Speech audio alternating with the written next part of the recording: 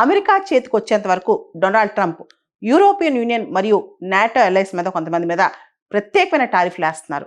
ముఖ్యంగా ఈ ఫిబ్రవరి 1వ తారీఖు నుంచి 10%.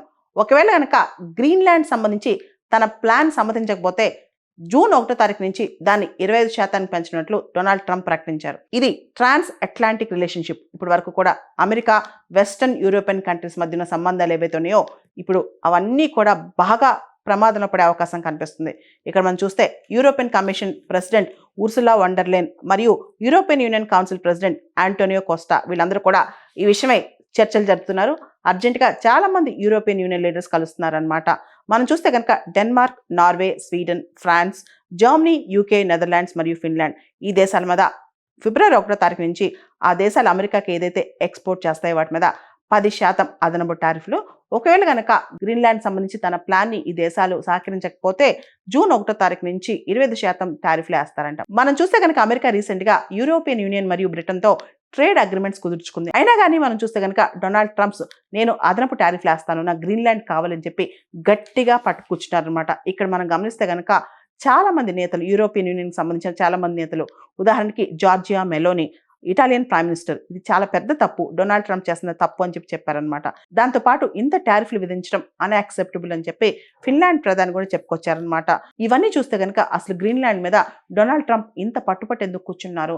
అవసరమైతే గ్రీన్లాండ్లో ఉన్న 56,000 జనాభాకి $10,000 నుంచి $1,00,000 వరకు ఇచ్చి మరీ గ్రీన్లాండ్ కొనుక్కుంటాను, $700 బిలియన్ ఖర్చైనా పర్లేదని చెప్పి డొనాల్డ్ ట్రంప్ ఆలోచిస్తున్నారంట.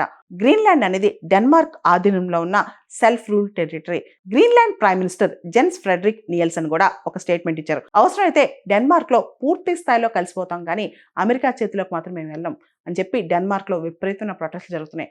అవసరమైతే మేము నాటోలో ఉంటాం, అవసరమైతే మేము యూరోపియన్ యూనియన్లో ఉంటాం, అవసరమైతే డెన్మార్క్ లో కంప్లీట్గా వెళ్ళిపోతాం కానీ మాకు అమెరికా వద్దు అని చెప్పి డెన్మార్క్ లో గ్రీన్లాండ్ లో విపరీతమైన ప్రొటెస్టులు జరుగుతున్నాయి. గ్రీన్లాండ్ పైన డొనాల్డ్ ట్రంప్ పెత్తనం ఏంటని ప్రశ్నిస్తూ.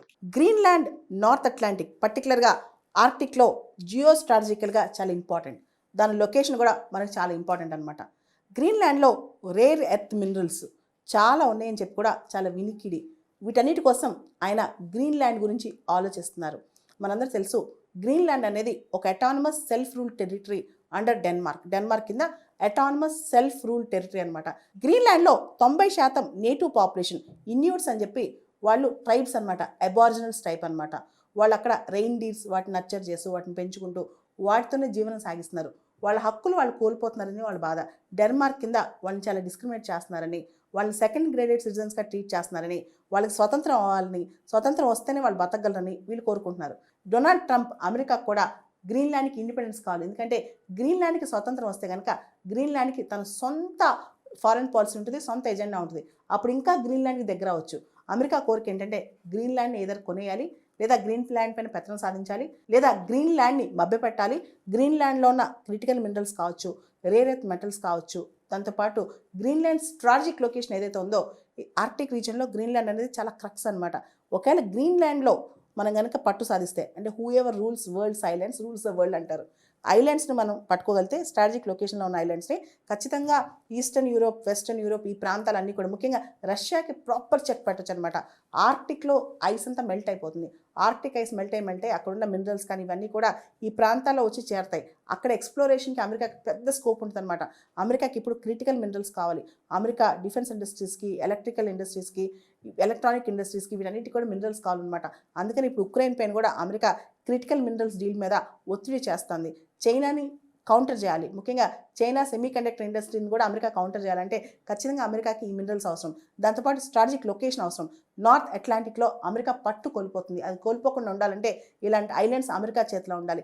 రష్యాకి చాలా దగ్గరగా ఉన్న ఈ గ్రీన్లాండ్ ఐలాండ్ కావచ్చు, లేదా ఆర్టిక్ కౌన్సిల్, ఆర్టిక్ కంట్రీస్ దగ్గర ఉన్న గ్రీన్లాండ్ ఐలాండ్, ఇదంతా కూడా ఇప్పుడు అమెరికాకి ఖచ్చితంగా అవసరం. ముఖ్యంగా స్కాండినేవియన్ దేశాలు కావచ్చు, యూకే, జర్మనీ, ఫ్రాన్స్ వీటన్నిటికీ ప్రాక్సిమిటీ కోసం, జాగ్రఫికల్ ప్రాక్సిమిటీ కోసం అమెరికా ఇప్పుడు ట్రై చేస్తుంది అనమాట.